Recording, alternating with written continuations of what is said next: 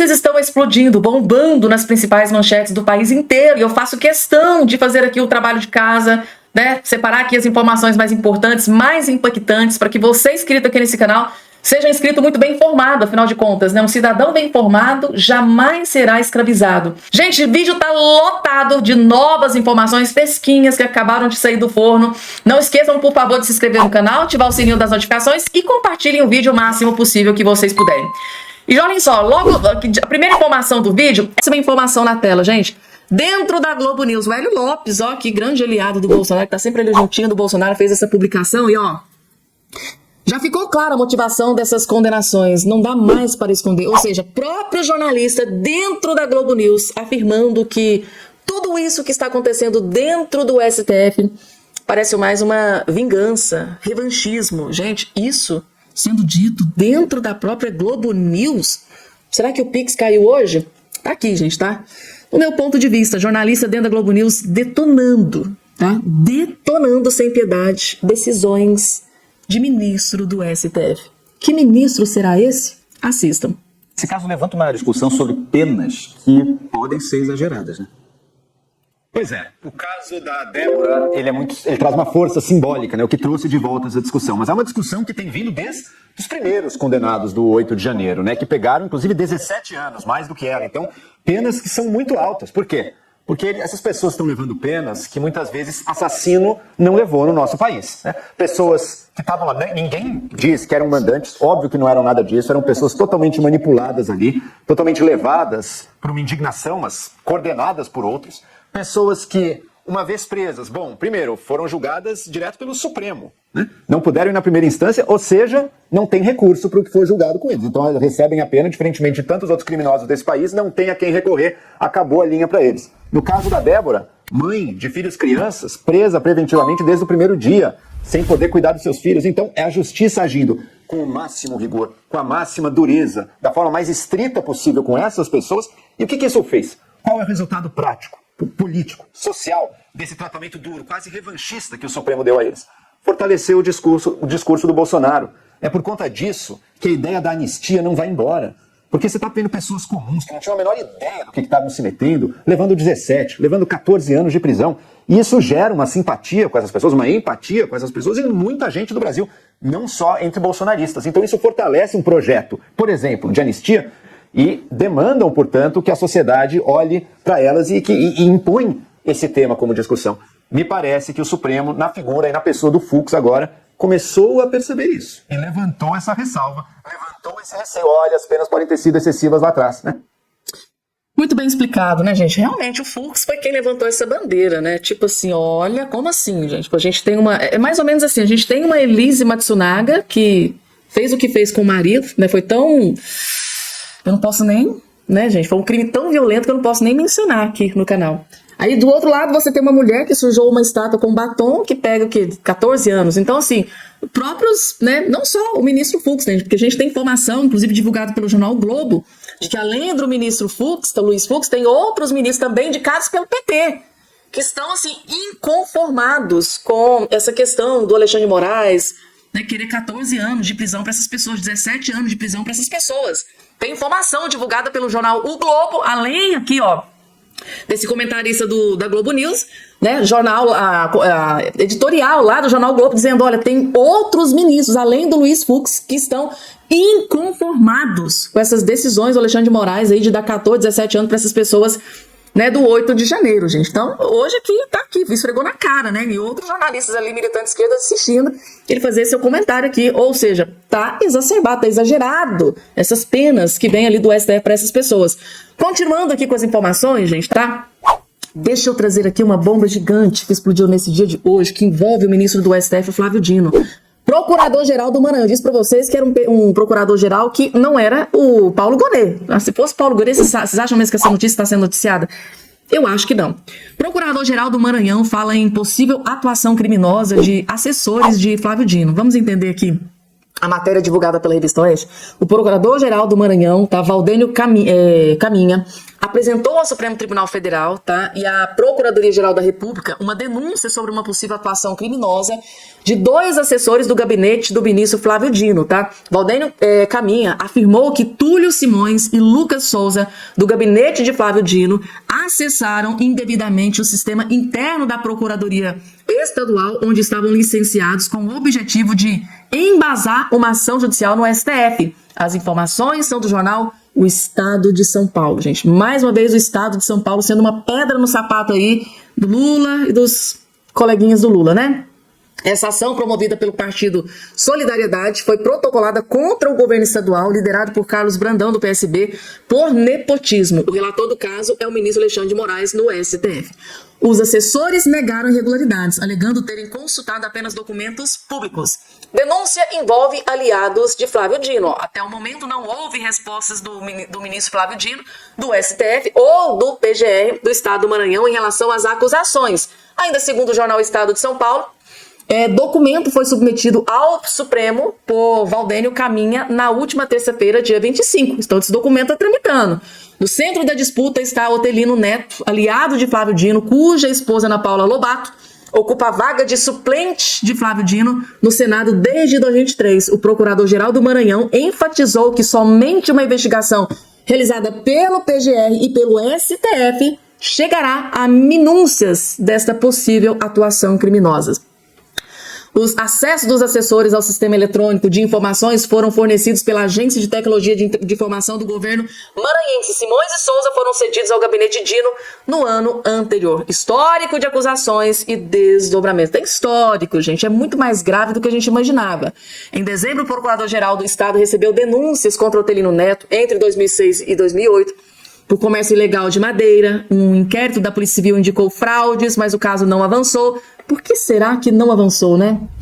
Em fevereiro, o Procurador-Geral solicitou informações ao governo maranhense sobre essa investigação. Depois dessa investigação inicial, o Solidariedade pediu ao STF o afastamento imediato de Valdênio Caminha, acusando de descumprir decisões da Suprema Corte no processo de nepotismo. Caminha negou a acusação, que ainda não foi analisada pelo Supremo, gente, tá?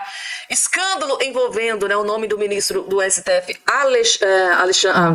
Flávio Dino, gente, simplesmente explodindo, né, nas principais manchetes do país, claro, de direita, porque jornal de esquerda, eu tava dando uma vasculhada, é interessante, né, muito pouco. O jornal O Globo foi um dos pouquíssimos que divulgou aqui essa bomba gigante, né, de um procurador-geral falando sobre uma possível atuação criminosa de assessores de Flávio Dino. Gente, a gente vai buscar isso aqui, tá, em jornais de esquerda, dificilmente você encontra, tá, então foi um milagre essa denúncia aparecer no jornal O Globo, gente, tá? Então tá aí a informação divulgada e claro que eu vou estar acompanhando isso aqui para trazer as informações atualizadas para todos vocês. Agora vamos falar, gente, sobre essa paralisação, essa guerra política que vai acontecer dentro do Congresso Nacional. E para vocês entenderem, tá? A próxima informação da guerra política, na segunda informações, guerra política jamais vista na história desse país, porque vai parar tudo, não só dentro da Câmara, mas também dentro do Senado. Que é a informação que eu vou trazer aqui logo em seguida, mas primeiro vocês precisam entender o início de tudo. E quem vai trazer aqui as informações preliminares é o senador Jorge Seif, do PL, grande aliado do Bolsonaro. Isso aqui é só o início, gente, tá? Vai parar tudo, tá? Grande convocação sendo feita pelo PL. E isso aqui é só a primeira parte da informação que eu estou trazendo para vocês. Acompanhem. Vai muito da habilidade dos presidentes da casa, e nos referimos aqui ao senador Davi Alcolumbre e ao deputado Hugo Mota, de, se não quer paralisar, simplesmente coloque em votação se vai ser aprovado ou não, Basília. E nós trabalharemos, já estamos trabalhando para que seja aprovado, inclusive vários partidos já manifestaram o apoio à anistia aos presos políticos de 8 de janeiro. Então, se não quer paralisar, entendo que tem muitas pautas importantes para o Brasil, mas essa não é menos importante. Existem pessoas que estão presas preventivamente, inclusive abusando do que diz o Código de Processo Penal e a Constituição brasileira, presas preventivamente, até hoje, sem o devido processo legal, sem acesso às provas, sem julgamento, estão sofrendo atrás de cadeia, longe de filho, longe de família, com sua vida paralisada. Então, eu entendo que o Brasil, sim, precisa aprovar ou não, é uma decisão soberana do plenário da Câmara e do Senado. Se Hugo Mota, se Davi Alcolumbre não querem que as pautas, que também são importantes para o Brasil, avancem, é simples. Parem de resistir, coloquem em votação e que vença a maioria. Que os representantes do povo, que somos nós, congressistas, deputados e senadores, decidamos ali no sim ou não se esses presos políticos de 8 de janeiro devem ou não ser anistiados. Eu estive pessoalmente, Brasília, na Papuda por algumas vezes, e o estado das pessoas é deplorável. Senhoras de idade, pais de família, pessoas doentes, pessoas que têm problemas renais, de toda sorte. E não digo isso abonando aqueles que depredaram. Eu repito, os que depredaram devem pagar pelo que destruíram. Mas essa pauta, sim, é uma pauta do Brasil e, sim, é uma pauta tão prioritária, ou talvez maior, por ser uma questão humanitária de direitos humanos e de justiça, e cabe aos presidentes das casas entenderem que é uma prioridade para o Brasil e para o Partido Liberal. Tá aí, gente. Então, o senador Jorge Seife, do PL, que é um grande aliado do Bolsonaro, ele acaba de confirmar que farão obstrução nas duas casas, gente, tá? Tanto na Câmara quanto no Senado, até pautarem o projeto da anistia, que é um tema que importa a toda a sociedade. Por mais que o Hugo Mota resista, que o Davi Alcolumbre resista, vai chegar um momento que não vai ter outra saída, porque paralisando tudo, gente, imagina o Lula, né? Que vai ficar louco para começar a aprovar ali aquelas pautas importantes para o seu governo.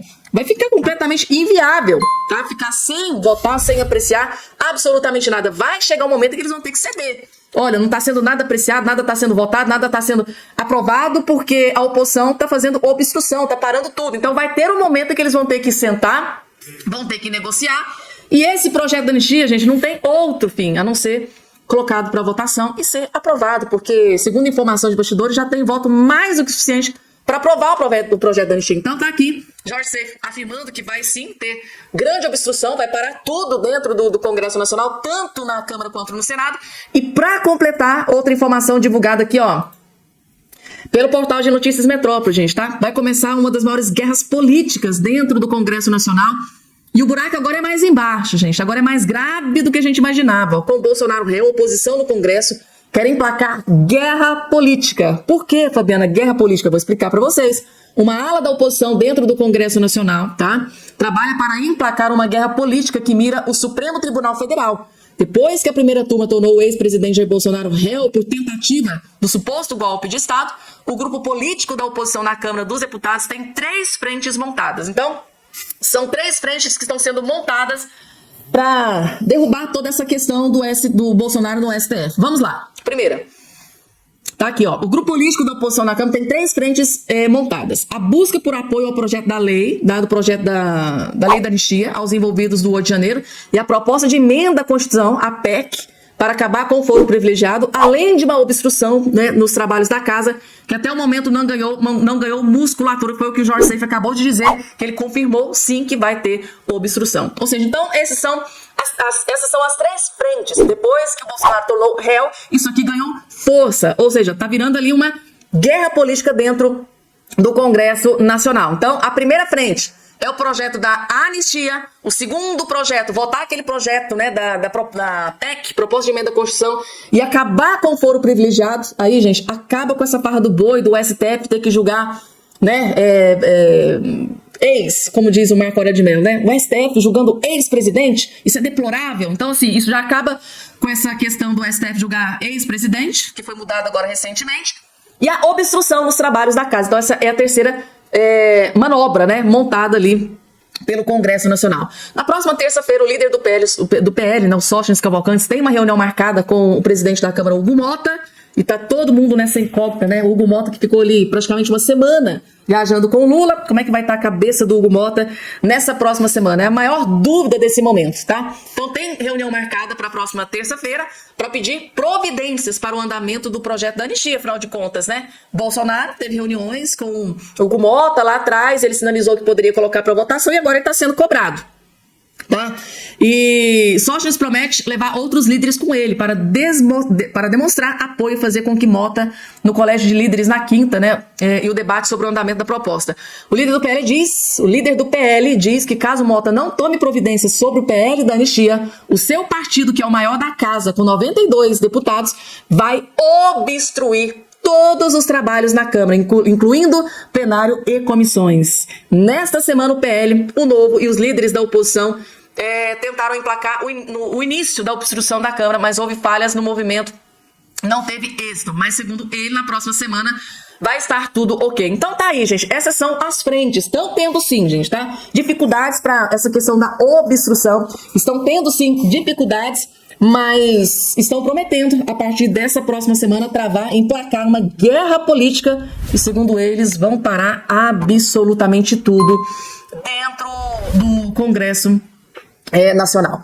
Próxima informação aqui na tela, gente, deixa eu trazer aqui para vocês, porque isso aqui foi muito pouco divulgado, tá? Porque tem muita gente que tá assim, nossa, Débora Rodrigues foi para casa, tá com sua família, mas assim, gente, as decisões do Moraes, nem tudo foram flores, tá? Porque muitas medidas cautelares. Resumindo, a Débora Rodrigues está proibida de fazer muita coisa, mas foi muita exigência, gente, tá? E os advogados jogaram a lama no ventilador. Defesa de Débora dos Santos rompe o silêncio e revela toda a verdade por trás, né, dessa decisão do Moraes em conceder a ela o benefício da prisão domiciliar. Segundo informações aqui dos advogados, a defesa de Débora dos Santos, 39, se manifestou neste sábado sobre a cabeleireira ter deixado o centro, né, de ressocialização feminino Rio Claro, no interior de São Paulo, para cumprir prisão domiciliar. Em nota, os advogados Hélio Júnior, e Daniele Teles afirmam que a soltura de Débora é o reconhecimento tardio de uma grave injustiça. A trabalhadora deixou o presídio às 20 horas desta sexta-feira, 28, e já está reunida com seu marido e os 2 filhos menores na cidade de Paulínia, também no interior paulista. Há mais de 2 anos, Débora esteve privada de sua liberdade, afastada dos seus filhos e tal, e tá tudo acontecendo. Os advogados afirmam que depois de uma longa espera, a cabeleireira encontrou sua família. As condições incluem... Isso aqui, gente, é a parte das proibições, o que ela tá proibida de fazer durante essa prisão domiciliar. As condições incluem a proibição de se expressar publicamente, proibição de receber qualquer visita, exceto dos seus advogados e familiares mais próximos. Sinalizam os advogados sob pena de revogação da liberdade e imediata nova prisão, que reforça a tentativa de silenciá-la de todas as formas, gente, tá? Ou seja, ela tá proibida, gente, tá proibida de se expressar publicamente, proibida de receber, ou seja, vamos supor que a revista Oeste entre em contato com ela para ela conceder uma entrevista, revelando tudo o que aconteceu, contando ali bastidores. Ela não pode falar. É o mesmo caso do Felipe Martins, tá? Que ficou preso 6 meses ali, segundo os principais juristas, injustamente. Felipe Martins, né? Tá em liberdade com tornozeleira, mas é proibido de conceder entrevista, falar com a imprensa, acho que até rede social. Então, assim, ele solta, mas assim, com medidas cautelares. Tipo assim, se você cometer um errinho, você volta pra cadeia. Foi mais ou menos o que aconteceu com o Daniel Silveira. Foi pra casa, foi ali uma questãozinha que o Alexandre de Moraes encontrou, colocou ele de volta na prisão. E pode ter certeza, gente, tá? Que se ela, Débora Rodrigues, fizer uma vírgula fora do que foi, que está proibida de fazer, se ela fizer qualquer coisinha que esteja proibida de fazer, ela volta pra prisão. Então, assim, que Deus dê muito discernimento, tá, pra ela, pra que ela não cometa nenhum deslize, porque podem ter certeza absoluta que eles estão de olho em todos os passos da Débora Rodrigues, gente, tá? O Lula indicou Guido Mantega, ex-ministro da Fazenda, que quebrou o Brasil, para um cargo no Conselho Fiscal da Eletrobras, a maior empresa de geração de energia elétrica do Brasil? A mamata e a boquinha no governo Lula, em lua de mel com a STF, é livre, tá comendo solta. E pior, eles estão todos de volta. Depois da anulação de todas as ações penais e condenações de José Dirceu na Lava Jato, depois da anulação de todas as ações penais e condenações de Palocci na Lava Jato, era questão de tempo até a Lula trazer de volta para a política aqueles petistas graúdos que participaram muito intensamente dos governos anteriores ao PT. Todos de volta para o governo ou para o poder. E a bola da vez agora é o Guido Mantega, que também foi investigado pela Lava Jato e, finge a surpresa, teve todos seus casos anulados e derrubados a partir da atuação do Supremo Tribunal Federal. Então agora foi a vez dele, do ministro que quebrou o Brasil durante o governo Dilma, ser indicado para um carguinho, para uma boquinha, uma mamatinha no Conselho Fiscal da Eletrobras, junto com outros aliados de Lula. E lá ele vai ter um saláriozinho de R$ 2.600 por mês, porque ninguém é de ferro, né? Mas o que me preocupa é mais do que o salário ou o que ele vai receber. É o que ele pode fazer com o poder dele lá dentro, de uma das maiores empresas com a participação do poder público do país, com o controle fiscal dos gastos, o que gasta, deixa ele gastar, com a influência que ele vai ter lá dentro. Mas como os fatos são antigos e muita gente pode não lembrar, deixa eu refrescar para vocês aqui a ficha corrida do Guido Mantega, que Lula achou um nome super adequado, né, para indicar para a Eletrobras. E depois eu vou te contar qual que é o real objetivo de Lula com essa indicação. Vem aqui comigo, ó. O Guido Mantega é simplesmente o homem que quebrou o Brasil no governo da Dilma, que destruiu a economia brasileira entre os anos de 2014 e 2016. Ele foi o ministro da Fazenda de Lula e de Dilma, e nesse cargo ele arquitetou a política econômica conhecida como Nova Matriz Econômica, responsável pela maior recessão da história recente do Brasil. Uma das maiores recessões de toda a história, quando comparadas com as outras, vai ficar ali, eu já vi gente colocando como a pior de todas, como a segunda, a terceira pior, está entre as piores do Brasil. A primeira vez que ele chegou ao cargo de ministro da Fazenda foi em 2006, ainda no governo Lula, onde ele defendeu a criação de programas públicos de investimento como o PAC. E foi na virada do governo Lula para o governo Dilma que o Manteiga colocou em prática políticas econômicas conhecidas como anticíclicas, que são ações do governo que têm o objetivo de estimular o crescimento da economia quando o Brasil está sofrendo, o país está sofrendo uma desaceleração econômica ou entrando em uma recessão. E o que o Manteiga fez? Ele adotou juros artificialmente baixos, controle de preços de energia e de combustíveis para controlar a inflação, garantindo que ela ficasse abaixo da meta, e injeção de bilhões e bilhões de dinheiro público em empresas via BNDES, que em muitos casos desagou no que a gente sabe, em uma corrupção bilionária, como a gente viu acontecer com as empresas de Eike Batista, como a JBS também, a Odebrecht. E qual foi o resultado? O Brasil não só não cresceu, como quebrou. E as contas públicas ficaram absolutamente em frangalhos. Tanto que quando Temer se tornou presidente, uma das suas principais preocupações foi estabelecer o quanto antes um teto de gastos constitucional para recuperar a credibilidade do governo diante de investidores, de gente que traz o dinheiro para o Brasil, diante da necessidade de rolar a dívida pública, obtendo novos recursos para rolar o empréstimo trilionário que o Brasil tem. E aí, o que o Lula fez com esse teto de gastos constitucional? Aliás, detalhe, ele já derrubou nesse terceiro governo dele, aumentando aí o rolo da dívida do déficit alto, o que gerou uma imensa fuga de capitais em dezembro e coloca a nossa economia rumo ao precipício. E, bom, esse é o Guido Mantega, que hoje o Lula indica para uma empresa que cuida da nossa energia, que já foi estatal e que hoje é privatizada, mas que conta com o controle do governo federal sobre 3 cadeiras no Conselho de Administração e uma cadeira no Conselho Fiscal que ele vai ocupar. Porque a União hoje tem mais de 40% das ações da Eletrobras, então tem direito a essas indicações. Fora tudo isso, tem ainda todas as suspeitas e as acusações feitas contra o Manteiga por corrupção, mas que, com a intervenção do STF, deram em absolutamente nada. Então o Manteiga é presumido inocente hoje, como o Lula também é. Mas quando você tem suspeita sobre alguém de malversação de recursos, ainda que você não consiga condenar a pessoa, você não coloca a pessoa numa função que controla o uso ou o mau uso do dinheiro, como um conselho fiscal. Isso é incompatível com as boas práticas que se esperam numa empresa que tem dinheiro público e que tem ações negociadas em bolsa. Não é à toa que a percepção de corrupção no Brasil só piorou. E essa é uma das 3 principais preocupações dos brasileiros do governo Lula, justamente. O crescimento desenfreado da corrupção. Lula já tinha tentado colocar o Manteiga na Vale, mas não conseguiu porque os acionistas rejeitaram a ideia do Manteiga sequer encostar na empresa. Também tentou incluir o Manteiga em alguma secretaria na equipe econômica do Tachad, mas a ideia foi abandonada porque os aliados do Lula o convenceram a desistir. Segundo a imprensa, porque todo mundo sabia que bomba que o Manteiga seria no governo. Mas agora Lula conseguiu e empacou o Manteiga na Eletrobras. Mas por qual razão? A razão, segundo a imprensa, é que o Lula quer dar uma segunda chance para o Manteiga porque considera que ele foi injustiçado na Lava Jato, como o próprio Lula teria sido. Coitadinhos, né? São todos aí uns anjinhos. Vejam como que o Lula funciona. Ele indica as pessoas para cargos importantes não porque elas são boas gestoras, não porque elas têm um currículo excelente, mas porque são as pessoas apaniguadas, próximas, com relacionamento político. Então, não coloca lá porque são as pessoas capacitadas e preparadas para aquela função, não. Ele coloca aliados por politicagem, com objetivos pessoais e até de reabilitação de imagem desses aliados. Como ele fez também com a Dilma, colocar ela lá na presidência dos BRICS. Ou talvez ele só quis mandar ela embora para bem longe do governo e do Brasil, né? Nunca se sabe. Talvez nem ele aguenta. Mas esse é o Brasil do Lula, um Brasil com as mesmas pessoas no poder que foram acusadas de comandar o maior esquema de corrupção da história. E agora faz o L. Por quê? Porque o próprio Lula recebeu uma segunda chance de cidadãos ingênuos que foram lá e votaram num cara condenado e descondenado para STF. Gente, pobre Brasil, pobre Brasil. E eu quero ouvir a sua opinião, de você que está aqui com a gente. Conta aí para nós o que você achou dessa mais nova indicação do Lula.